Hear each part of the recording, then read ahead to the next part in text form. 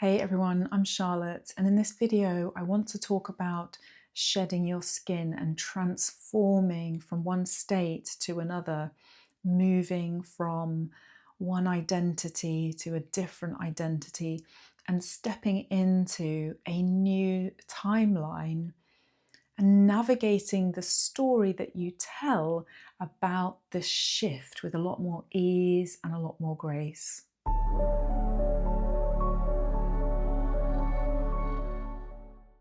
In the last couple of years, I've made a very big shift in my life. I used to work in academia and I had done that for 20 years. I got to a point in my life where I felt like something very large was missing and I had a calling to pursue a spiritual path. And so I retrained as a crystal healing therapist. I've learned a lot along the way about identity and about the stories that we tell about ourselves. And I wanted to share some of those reflections with you.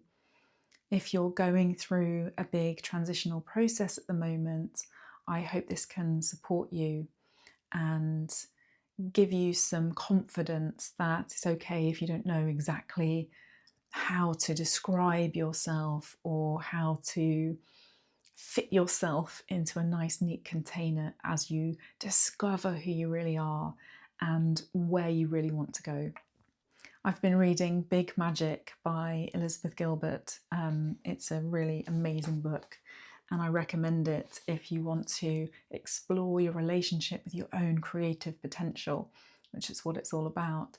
And there's this one quote in the book: "No genuine book has a first page." And when I read that, it just unlocked so much for me about the origins of our stories and the ways that we try to kind of pin down the path and explain ourselves in a way that is limiting. And what the quote's really about in the context of the book is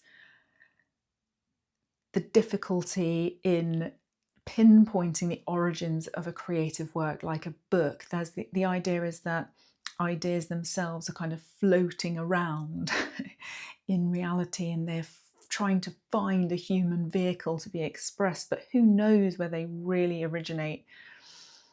Do they originate in this lifetime? Do they originate in the mind of somebody on one side of the world who somehow transfers it to the mind of somebody on the other side of the world? We don't really know where creative ideas really begin and where they really end. And I think we can also apply this idea, no genuine book has a first page, to ourselves when we think of our own stories and our own histories and our lives as books whose origins are actually pretty difficult to determine.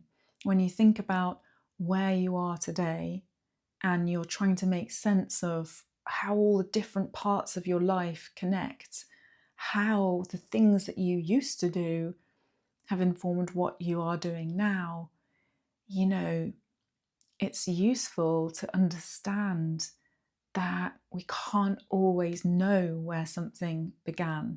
And it made me realize that everything that I'm learning about the world of energy, the invisible realm, it teaches us that time is not necessarily linear.